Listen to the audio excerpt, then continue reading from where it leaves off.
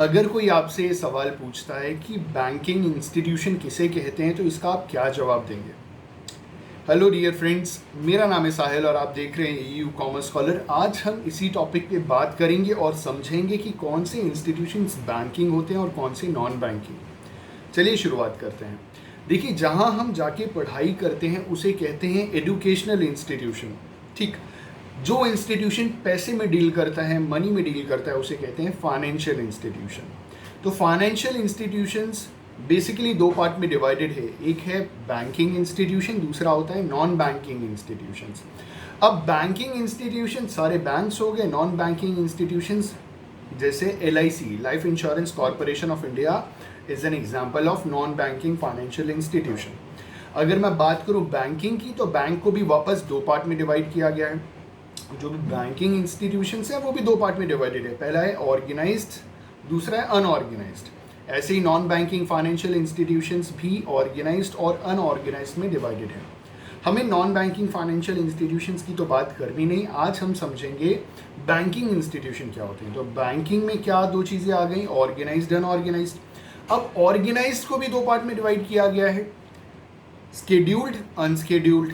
अब स्केड्यूल्ड को भी तीन पार्ट में डिवाइड किया गया है, कमर्शियल बैंक, कोऑपरेटिव बैंक और फॉरेन बैंक्स।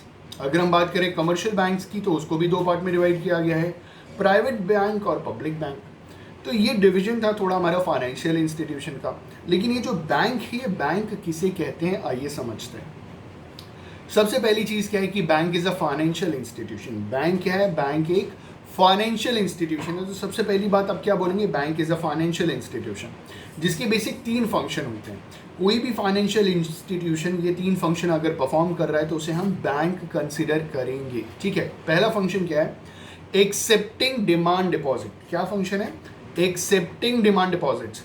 बैंक क्या करता है, डिमांड डिपॉजिट को एक्सेप्ट करता है। अब इसका मतलब क्या हुआ, देखिए, हम जब बैंक में पैसा जमा करते हैं तो इसे कहते हैं प्राइमरी डिपॉजिट। ठीक है, जब हमने बैंक में पैसा जमा किया तो उसे क्या बोलेंगे हम, प्राइमरी डिपॉजिट। तो जो भी हम बैंक में पैसा जमा करते हैं वो हमारा डिपॉजिट है। और डिमांड डिपॉजिट का मतलब जब हम अपना पैसा डिमांड करेंगे तो जो हमारा डिपॉजिट किया हुआ पैसा है बैंक हमें वापस कर देगा। This is demand deposit. मतलब हमने जब पैसा बैंक में जमा किया वो हो गया डिपॉजिट, और जब हम अपना पैसा वापस डिमांड करेंगे तो हमारा डिपॉजिट पैसा हमको वापस मिल जाएगा। और ऐसे पैसे को बैंक एक्सेप्ट करता है, एक्सेप्टिंग डिमांड डिपॉजिट। आप बैंक हो, मैं कस्टमर हूँ, मैंने कुछ पैसा आपके पास जमा किया, आप बैंक थे, मैंने पैसा जमा कर दिया। अब जिस मोमेंट पे मैं अपना पैसा वापस मांगूंगा आप वापस कर देंगे, तो this is accepting demand deposits. आप बात समझ रहे हैं। अब आपको मालूम है ना, आप 24 घंटे कभी भी पैसा विड्रॉ कर सकते हैं ATM की मदद से, आप पैसे को ट्रांसफ़र कर सकते हैं।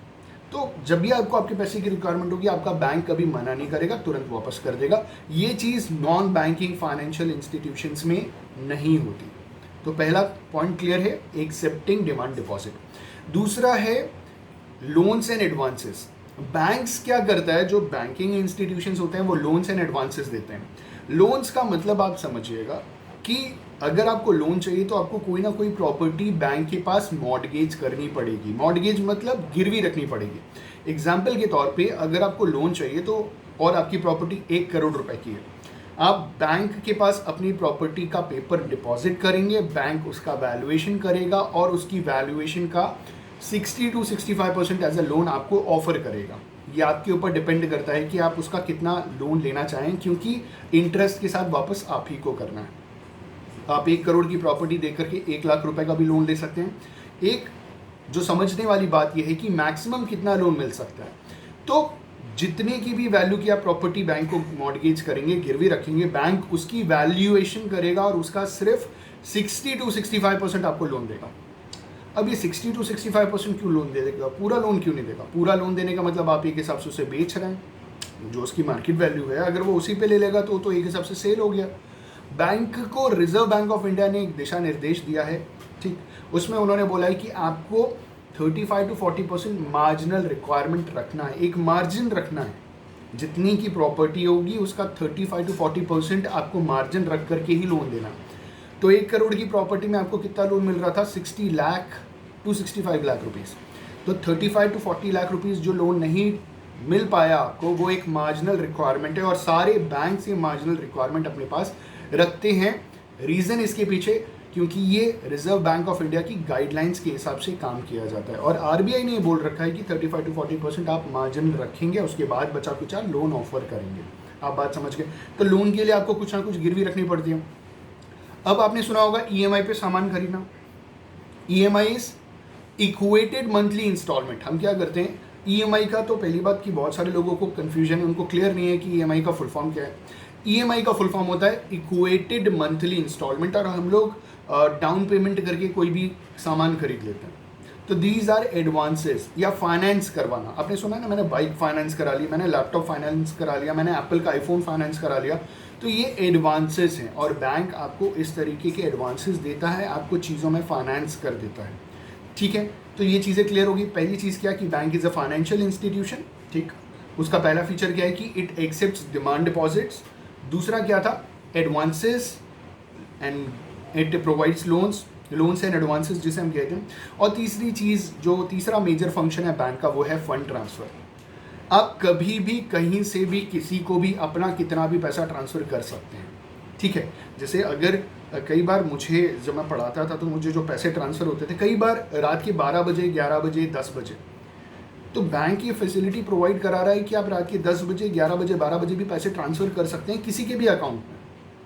आपको मालूम होगा पेपाल के बारे में, आपको मालूम होगा भीम ऐप के बारे में, आपको मालूम है इस तरीके के हर बैंक के खुद के ऐप्स हैं जिसे ई वॉलेट कंसिडर किया जाता है, और उन ई वॉलेट्स की मदद से आप कभी भी किसी के भी बैंक अकाउंट में कितना भी पैसा आप ट्रांसफ़र कर सकते हैं। ठीक है, आप समझ रहे हैं। तो फंड ट्रांसफ़र, अब फंड ट्रांसफ़र में दो बेसिक चीज़ आपको और समझनी है। फंड ट्रांसफ़र करने के दो तरीके हैं, बेसिकली तीन होता है, दो मेजर है। एक होता है नेफ्ट के through, national electronic fund transfer. दूसरा होता है RTGS, real time gross settlement. ये दो बेसिक तरीके हैं जिसके बेसिस के ऊपर लोग क्या करते हैं, अपने फंड को ट्रांसफ़र करते हैं। जनवरी 2020 में इसके कुछ रूल्स रेगुलेशंस चेंज हुए हैं। अगर इसके ऊपर डिटेल वीडियो चाहते हैं तो आप ज़रूर बताइएगा। बाकी हम इंटरनेट बैंकिंग की मदद से भी फ़ंड ट्रांसफ़र करते हैं। एक जगह से दूसरी जगह पैसा ट्रांसफ़र करना है, फंड ट्रांसफ़र करना। तो ये सारी की सारी क्वालिटीज़ बैंकिंग इंस्टीट्यूशंस में होती हैं, लेकिन नॉन बैंकिंग फाइनेंशियल इंस्टीट्यूशंस में ये चीज़ें परफॉर्म नहीं की जाती। दोनों में क्या चीज़ सिमिलर है? पहली चीज़ सिमिलर ये है कि दोनों फाइनेंशियल इंस्टीट्यूशंस हैं, चाहे वो बैंकिंग हो या नॉन बैंकिंग हो। दूसरी चीज़ क्या सिमिलर है कि जितने भी फाइनेंशियल इंस्टीट्यूशंस होते हैं वो लोन देकर के पैसा कमाते हैं। तो चाहे वो बैंक है वो भी लोन देकर पैसा कमा रहे हैं अपना मेजर पोर्शन, चाहे वो नॉन बैंकिंग फाइनेंशियल इंस्टीट्यूशंस हैं वो भी लोन देकर के अपना मेजर इनकम जनरेट करते हैं, इन्वेस्टमेंट करते हैं जो भी उनके पास पैसे आते हैं। I just hope and believe कि आपको क्लियर हो गया होगा कि फाइनेंशियल इंस्टीट्यूशंस में बैंक किसे कंसिडर किया जाता है। अगर वीडियो से कुछ सीखने को मिला है तो प्लीज़ लाइक, शेयर, कमेंट करना ना भूलें। Thank you so much, have a good day and all the best.